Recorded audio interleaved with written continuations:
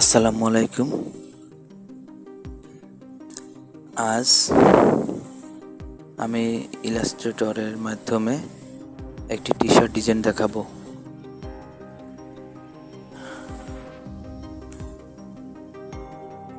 প্রথমে আমি একটি রেক্ট্যাঙ্গেল টুল দ্বারা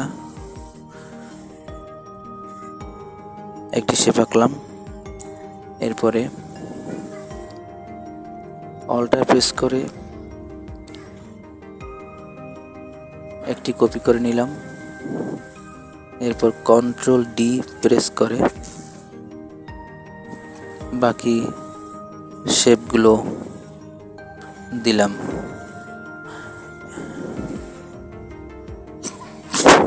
এখন কালার করব। আইড্রপার টুল ব্যবহার করে সেম কালারগুলো আমি দিয়ে নেব।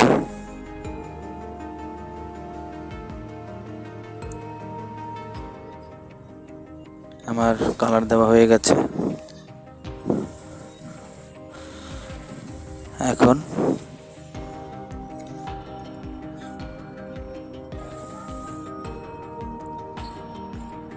আমি পেন্সিল টুল দ্বারা একটি শেপ আঁকবো।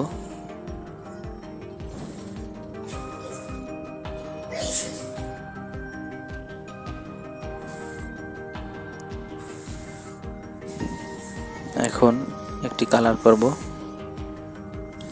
Black colour. এখন অল সিলেক্ট করব। অল সিলেক্ট করে শেপ বিল্ডার টুল ব্যবহার করে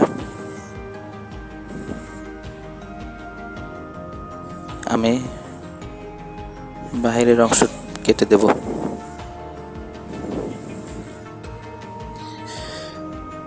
এখন মোটরসাইকেলটা আমি ডাউনলোড করে রেখেছিলাম আগেই, কপি করে এনে অ্যারেঞ্জ টু ফ্রন্ট ক্লিক করে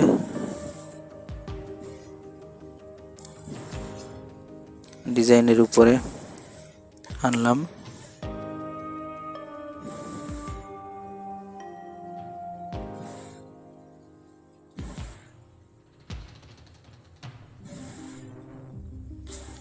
এখন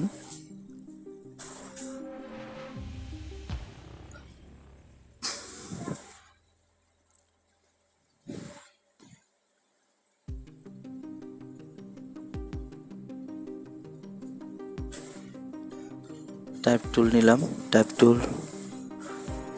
দ্বারা কিছু একটা লিখব।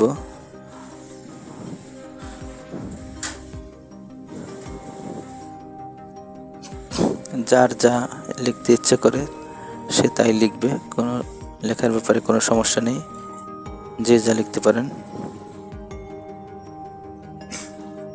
আমি যে কোনো একটা ফন্ট নির্বাচন করলাম।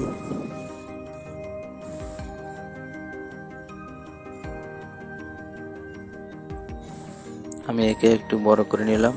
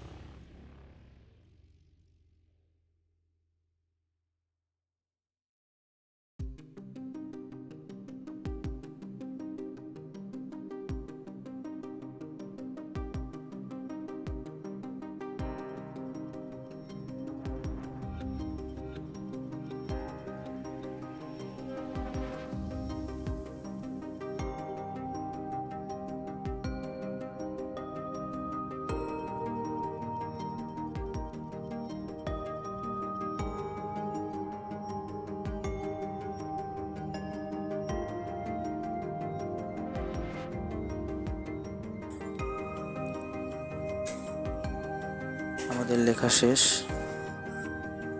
এখন আমি এই ডিজাইনে একটি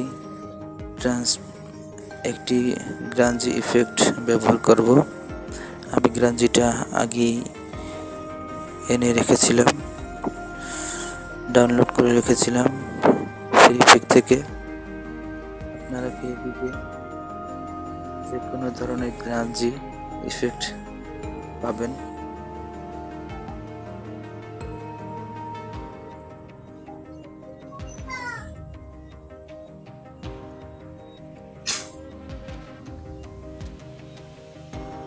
আমি একে Ctrl+X দ্বারা কাট করলাম।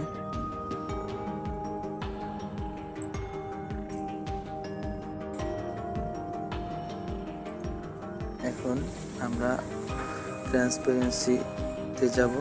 ট্রান্সপারেন্সি আমরা সামনে না পেলে উইন্ডো থেকে আনবো। এখন ট্রান্সপারেন্সিতে ক্লিক করে আগে ডিজাইনটা সিলেক্ট করে নেব। সিলেক্ট করার পরে মেক মাস্ক, এরপরে টিক চিহ্নটা উঠিয়ে দেব। এখন সাদা অংশে একটি ক্লিক করব। এখন Ctrl+V পেস্ট করব। Ctrl+V কে প্রেস করার সাথে সাথে আমার গ্রাঞ্জিটা বসে গেছে। এখন ডিজাইনের উপরে একটা ক্লিক করব। এখন এটা ফিক্সড হয়ে গেছে। আমাদের ডিজাইন শেষ। না, একটু ভুল হয়েছে, আমাদের নিচের লেখাটা আসেনি, কারণ আমাদের এই ডিজাইনটাকে গ্রুপ করা হয়নি।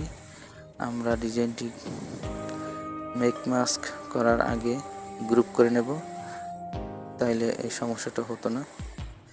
আমরা Ctrl+Z প্রেস করে পিছনে গেলাম। এখন একে সিলেক্ট করে গ্রুপ করে নেব। এখন আমরা মেক মাস্ক করব। গ্রাঞ্জিটা বসিয়ে দেব। কি বাবা?